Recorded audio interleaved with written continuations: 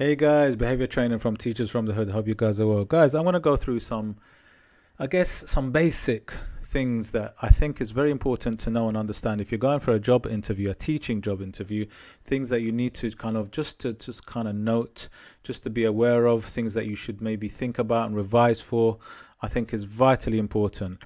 To do some of these things. I will go into more detail in other videos, but I'm just going to keep it very brief and give you just a few tips of what you can think about. So the number one thing I'll definitely say is you need to make sure that you research the school. Whatever job that you're going to, research it. What I would do is I'd look at the website, look at the area, look at how the community is. I might even visit the school. I'll definitely visit the school if I want to know more, and if it's a school that I really want to go to, because you can just call up the school and say, look, can I arrange a visit? Especially if they're asking for interviewees, they're interviewing for jobs, then obviously they'll be aware that people might want to visit the school first, and that's perfectly fine. So I definitely visit the school.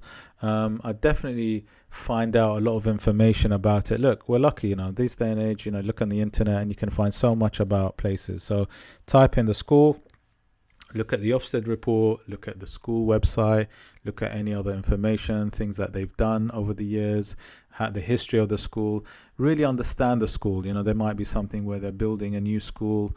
There might be some awards or something that they've gained.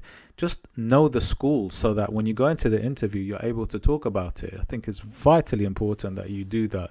And I think whenever I've gone for job interviews, I've always made sure that I prepared that and I've revised, if you like, about the school. Next thing is how to prepare for your teacher interview. Now, let's just imagine you've applied, you've done your application form, done your statement, and you've been accepted, and you're asked to come in for a job interview. Now, actually, I'm going to do a video on those as well, but let's say you've got the job interview and you've got a date. Now, what I would do is, don't forget, when you get a job interview, you may be asked to teach a lesson. Now, this is another thing. If you get asked to teach a lesson, you need to make sure that you ask and call the school and say, what resources do you have?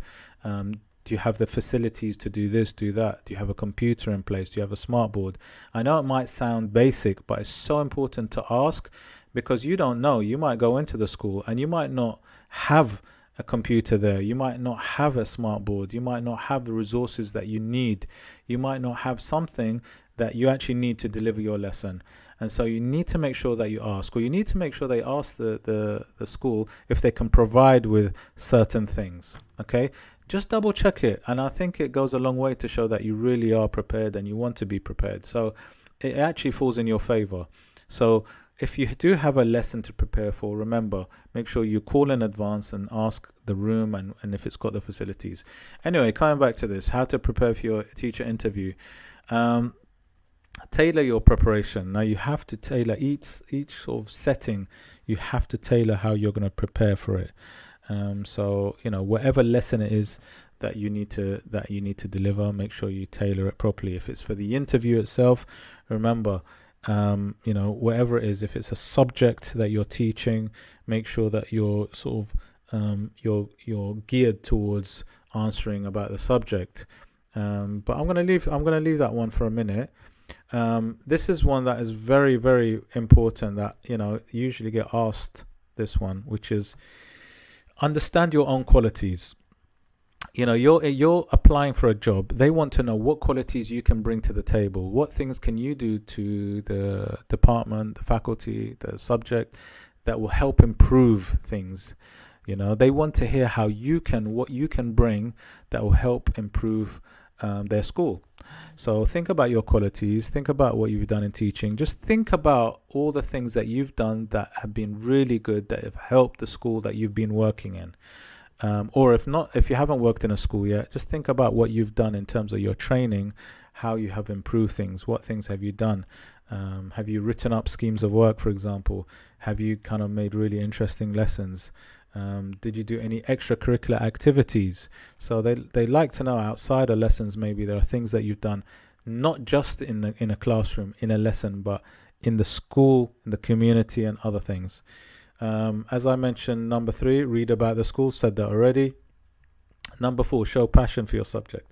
You got to be passionate about your subject. You got to love your subject, and that has to exude and it has to come across in an interview. So when you talk about your subject, you got to show that you love it. You got to show what things you've done for it.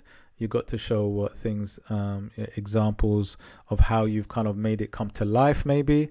But when you talk to in your interview about it, you've really got to. It really has to come across that you love what you do. Because what they'll do is, in their heads, they'll be thinking, okay, this is how you will be when you're teaching the students.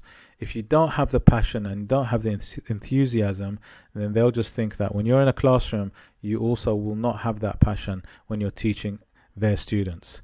So you got to show it. Don't forget about other life experience. I think this is massive.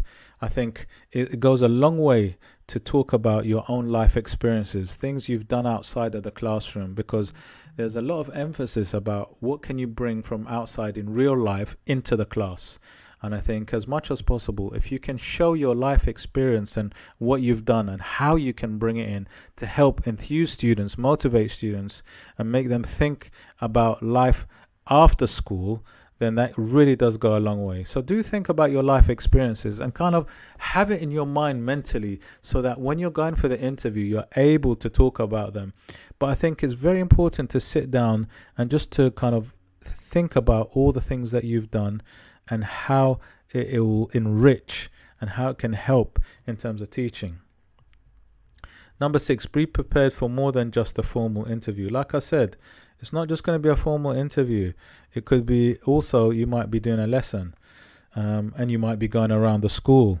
So be prepared for a day of just kind of going around, seeing people, seeing the classes, seeing maybe possible colleagues, potential colleagues.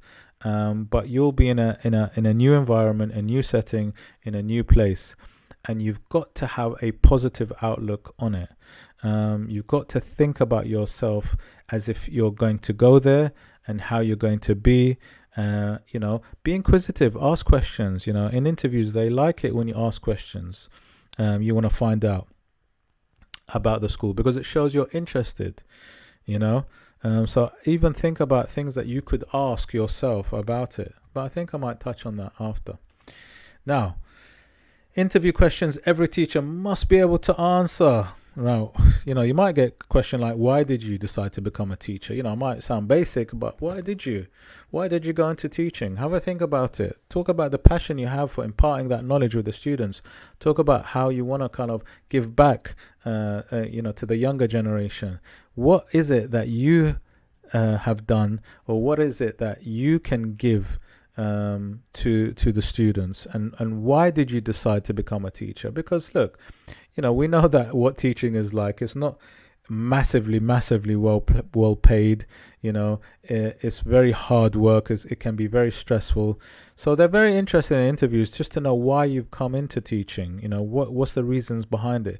So do think about your reasons and be positive in terms of explaining why as well. How do you cope with stress? This is a question that's been coming up quite a bit, and because teachers do get stressed and it is a stressful job, but how do you cope with stress? So I think it's important to think about and touch on things that you do in terms of keeping yourself going, your well-being, looking after yourself, what you do maybe outside of school, that de-stresses you, detoxes, whether it be gym, whether it be going for walks, maybe in the countryside. Have things that you actually do that helps you cope with stress and explain them, because at the end of the day, also with their questioning, they want to know that you're able to cope with the job. That's very important as well. So that the reason why they have that question is just to know that you're able to cope. What is your teaching philosophy? What's your philosophy? What's your angle? What is your what's your outlook on teaching? So have an idea about maybe why you went into teaching and what your thoughts are on teaching, because they just want to kind of gauge and understand what you're like and what your kind of school of thought, if you like, the school of thought or philosophy in terms of the teaching, your teaching that you think about and that you do. I'm not really going to touch on this one. This is really more for the times when it was COVID. But, it does happen sometimes. What do you like or dislike about working remotely? There may be questions on that where they touch on things, where they talk about that. And, I think for me, when there's a question like that, it's a case of, I prefer working face to face personally, because, you miss that human element when you work remotely. So, yeah, I guess, think about things like that, because you might get questions like that. It might be a case of in the school, they do some working remotely. There are opportunities for that, and they just want to know how you can cope with that. How do you use technology in the classroom? Now, that question is more about they want to know that you're able to use the technology or that you're happy to use the technology, because technology in the classroom obviously helps with learning in terms of like if you're using, I don't know, it could be software, it could be the visualizer, the smartboard, whatever it is, it enhances the learning experience. So they want to know that you're happy, obviously, to incorporate technology in the classroom, or that you're willing to know about and learn about it, obviously. So talk about maybe your experiences of what you've used in terms of the technology in the past, what you know of technology, and how you're going to use it to help enhance the lesson. So that's the kind of thing that they really want to hear about. Describe your classroom management structure. I think this is a big one, and they definitely, most likely, will get a question on that one. It's about really, how do you manage a class? How do you manage behavior? Because more and more so, the expectancy on teachers is to be able to manage classes, classrooms, and behavior. So I think it's important to have some strategies that you know of, things that you've used before that work in a classroom, how you managed classrooms previously, what you've done, what works really well, and be positive about it. Because obviously this is something that, they want to hear that you're positive with your classroom management, and that, it's not a negative thing and you don't see it as kind of just rules, things like that. It's positive strategies that you have in place to enhance learning and to make sure that learning can take place, but that you're able to do it. So they want to know also that you're able to manage classes, because you might be going to a challenging school. It might not even be a challenging school, just it might be there's a need that good structures are in place. So it's very important to be able to articulate that and explain that in the interview, and say what things that you've done and what works. Other teacher interview questions. Why are you interested in teaching at the school? That's a good one. Why are you interested in teaching at this particular school? Now, there may be loads of jobs out there, but you've actually gone in for an interview at that school. So you want to explain why. It's fine to say, it's close to my home, and that's fine. But you want to talk more about what it is about that particular school that you like. What is it about their philosophy? What is it about the ethos? What is it about the structure? What is it about the curriculum that they do? What is it about the building, the facilities? Talk about them in particular and what you like about their school. They want to know about them and what you like about them. What is your greatest professional accomplishment? Think about things you've done. Think about what you've done previously, maybe in a school, professionally, or might not be even a school. It might be something professional in a workplace outside of school that you've done that has been like, and try and link it somehow to something that can be inspiring to students, and also something that they can see as educational, a professional accomplishment in their sort of educational sphere. Something that sounds impressive, something that that it really would go down well when you go for an interview. So have a think about what things you've done in your life, what accomplishments that you think also will translate into something quite positive for the interview. Again, I touched on how to use technology in classroom. I touched on that. Again, you might get questions like this. What would you do if a student is in danger of failing in your class? So they want to know about your structure, or the way you kind of make sure that students are on track, your assessment for learning, the things that you do to make sure that students are progressing.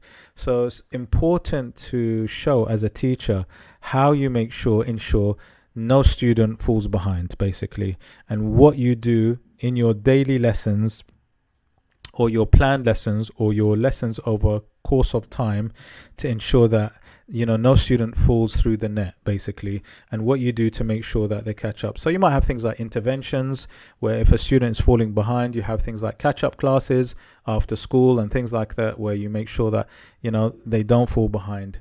and that they're able to catch up. So they have a think about this, because that's a very important one, that they need to know that you always make sure that no student is left behind, and that you are very focused on making sure all of your students in your class are achieving their potential. Guys, I hope you enjoyed this quick video, and I shall do another one very soon. Guys, if you found value, hit the like, subscribe, smash the notification bell, and I shall see you on the next one. Take care.